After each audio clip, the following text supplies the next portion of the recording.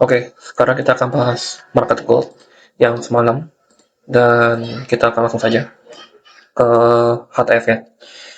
Jadi ini di hampatnya ya. Kalau kita lihat di sini ada basket liquidity dan ini dari sini ya displacement retrace ya. Ini clear sekali retrace. Ada dua fair value gap, ada order block. Ya, jadi ada 3 PDRA yang langsung menahan. Ketika kamu melihat ini ya di HTF, ini high probability PDRA. Jadi kamu confident ini nggak akan turun bablas semua ini. Ya, lagi pula kalau ini mau turun ya gampang, tinggal ini ke saja selesai. Gitu. Sejauh apa harga akan shoot? Lihat di kiri, buy side, fair value gap. Jadi nggak mungkin ya kamu buy di sini harapin ke atas ini. Dalam satu malam itu mustahil sekali.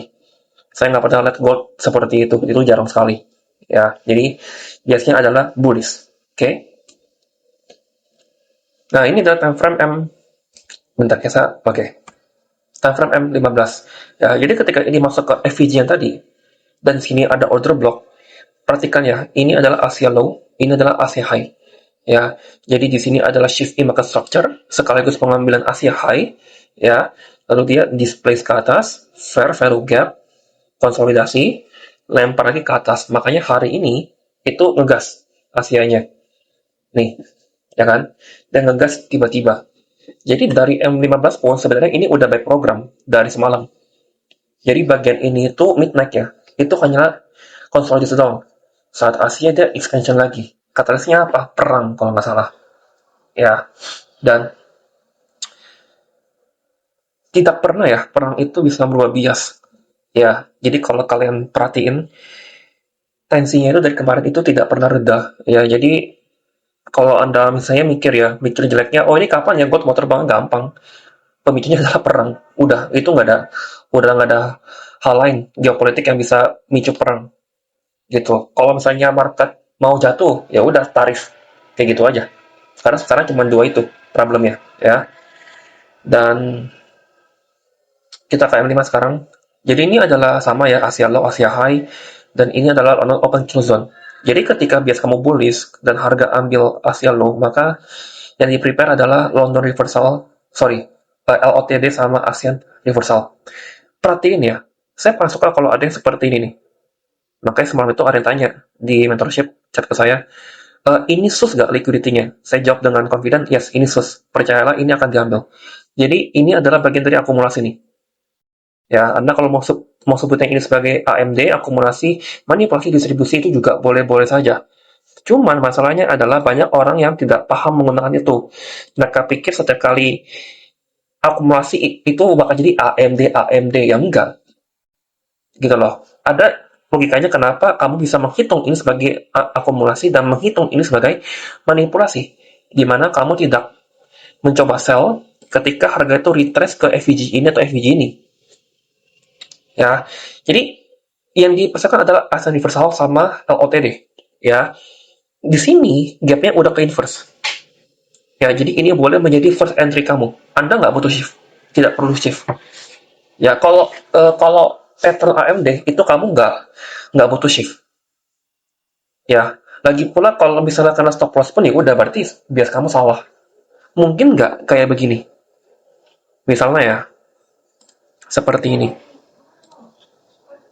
Z Z baru naik, mungkin aja. Yang pertama perlu perhatikan adalah forming bottomnya di time ini, itu kuncinya ya. Tapi pengalaman saya ya, kalau misalnya pattern AMD ya yang kayak begini ya, itu pasti um, jarang sekali ada shift in market structure di level ini. Dia langsung V-shape seperti ini ya. Jadi ini adalah entry pertama kamu, lalu ini adalah breakaway gap, nggak perlu diisi, order block, fair value gap, lihat ya, ekspansi, koreksi, lempar ke atas ya. Harga berasal dari FVG H4, jadi semua gap ini itu pasti akan ke inverse, tapi pelan-pelan, butuh waktu. Kenapa? Karena algoritma itu manfaatin order di kiri buat akumulasi order yang ada di kanan.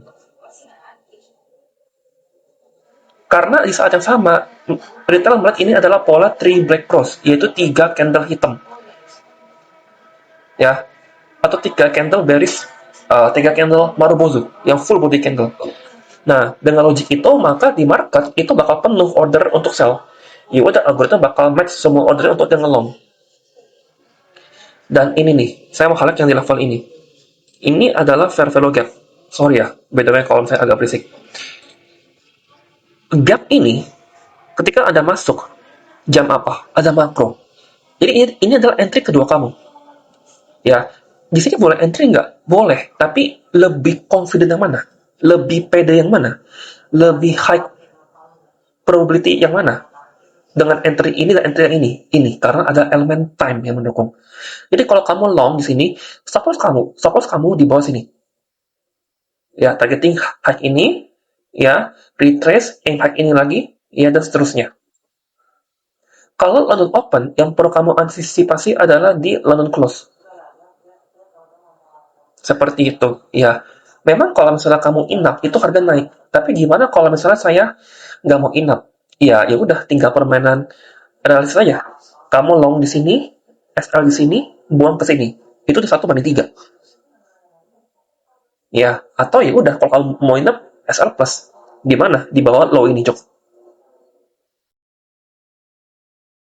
Karena in ideal scenario atau perfect delivery, ketika ini ada fair value gap, ini ya.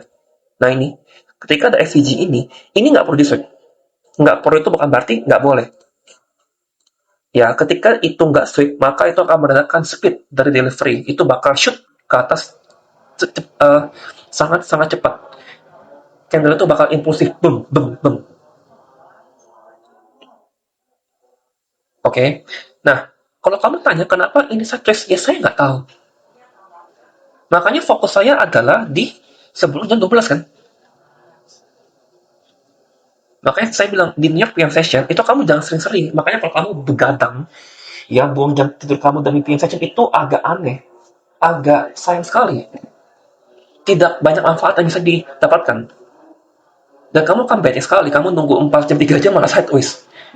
Ekspansinya malah pas kamu bangun tidur. Oke? Okay? Jadi kemarin narratifnya adalah LOTD. Oke, jadi seperti itu ya. Kalian bisa beli modul yang di deskripsi ya sama video. Itu paket terbaik yang pernah saya buat. Udah banyak banget yang saya thank you dan saya sangat rekomend kamu nggak perlu ikut mentorship. Yang penting kamu fokus pelajari dua modul dua itu ya yang di deskripsi harusnya kamu bisa karena banyak yang bisa. Jadi kalau misalnya kamu bisa, kalau misalnya orang lain bisa, pasti kamu juga bisa. Gampang kayak begini. Saya belajar ICT itu atau tidak ya SL apapun semua pelajaran sendiri, cari semua kesalahan sendiri, ya. Cari jawabannya gimana? Kalau mau tahu yang benar, tunggu video dari ICT kalau dia upload di YouTube. Apakah saya ikut private mentorship-nya? Tidak. Jadi saya nggak. Jadi sama, kayak kamu nggak perlu ikut mentorship saya, ya. Kalau mau silakan. Kalau misalnya kayak kamu benar-benar butuh bimbingan one on one, butuh tiap hari tanya-tanya gitu ya secara personal silakan. Ya, tapi kalau misalnya kalian pengen bisa, ya, untuk cari bias relatif, dua modul itu cukup sekali. Ya, jadi semoga seperti itu, semoga bermanfaat.